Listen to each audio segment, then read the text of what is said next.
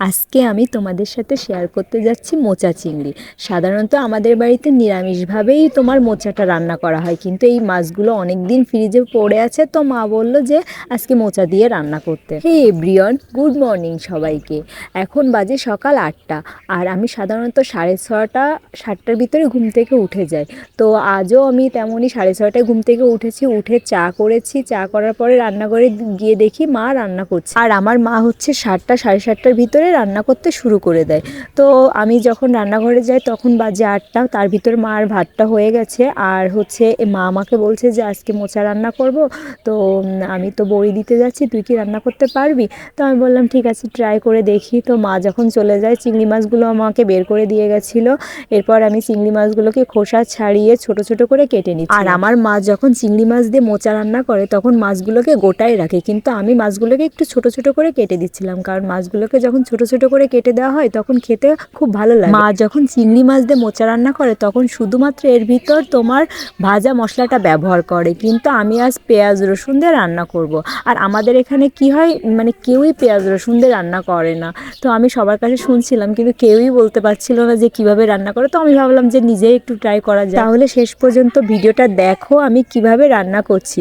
তো প্রথমে আমি মাছগুলোকে হলুদ লবণ মাখিয়ে একপাশে সরিয়ে রেখেছি। এরপর আমি পেঁয়াজ রসুন ঝাল জিরেগুলো ব্লেন্ড করে নেবো। আর আমি সবসময় শুকনো ঝালের সাথে কিছুটা কাঁচা ঝালও দিই, যাতে টেস্টটা ভালো আসে। আমি আজকে উনুনে রান্না করব, তো প্রথমে উনুনটা জ্বালিয়ে আমি কড়াইতে তেল দিয়ে দিলাম।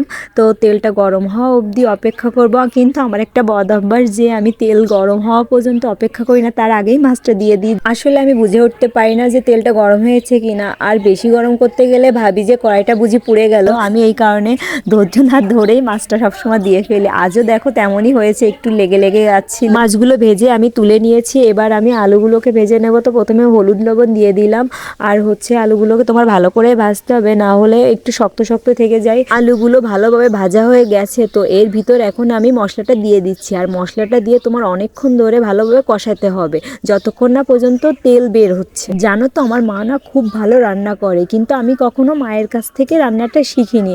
আমি নিজের মতো করেই সবসময় ট্রাই করি রান্না করতে।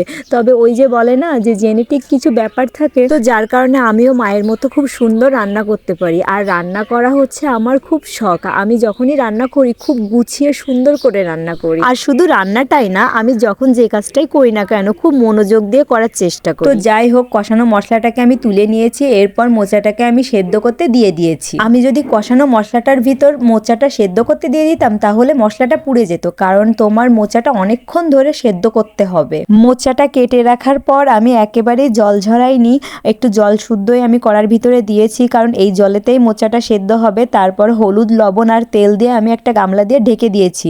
ঢেকে দিলে মোচাটা একটু তাড়াতাড়ি সেদ্ধ হয়, তবে ঢেকে দেওয়ার পরে ওটা বারবারই তোমার খুলে নাড়তে হবে, না হলে তলাতে লেগে যাবে। দেখো মোচাটা প্রায় আমার সেদ্ধ হয়ে এসেছে। এর ভিতর এখন আমি সেই কষানো মশলা, আলু আর ভেজে রাখা মাছটা দিয়ে দেবো। সব কিছু দেবার পর আমি আরও কিছুক্ষণ নাড়াচাড়া করব, যতক্ষণ না এই জলটা আমার শুকিয়ে আসছে। আমি কখনো এর আগে এই রান্নাটা দেখিও নি, করিও নি, একেবারে প্রথম এক্সপিরিয়েন্স আমার এই রান্নার। তো দেখো জলটা প্রায় শুকিয়ে এসেছে। এখন আমি এর ভিতরে 2 চামচ চিনি আর একটুখানি দুধ দিয়ে দেব। আর দুধটা দিলে হয় কি, মোচার যে ছাড়া ছাড়া ভাবটা থাকে না, সেটা আর থাকে না, বেশ গাঢ় হয়ে আসে, আর খেতেও অনেক টেস্টি লাগে। দুধটা দেওয়ার পর কালারটা কত সুন্দর এসেছে দেখো। তো তারপরে আমি দিয়ে দিয়েছি ভাজা জিরে ও ভাজা গরম মশলার গুঁড়া। এটা দেওয়ার পর আমি আরও কিছুক্ষণ নাড়াচাড়া করে নিচ্ছি। গরম মশলাটা দিয়ে আমি নামিয়ে ফেলবো, কারণ ফ্লেভারটাও খুব সুন্দর এসে গেছে আর আমার জিনিসটা হয়েও গেছে। তো দেখো আমি একটা মাটির পাত্র নিয়েছি। আমি ভীষণই শৌখিন একটা মানুষ, আমার যে সবসময় হাই এক্সপেন্সিভ জিনিস লাগবে এমন না। যেমন ধরো এই যে মাটির পাত্রগুলো এত সুন্দর লাগে আমার, আর রান্নার পর সুন্দর করে ডেকোরেশন আর পরিবেশন করতেও আমার খুব ভালো লাগে। তো এই যে হয়ে গেছে আমার মোচা চিংড়ি।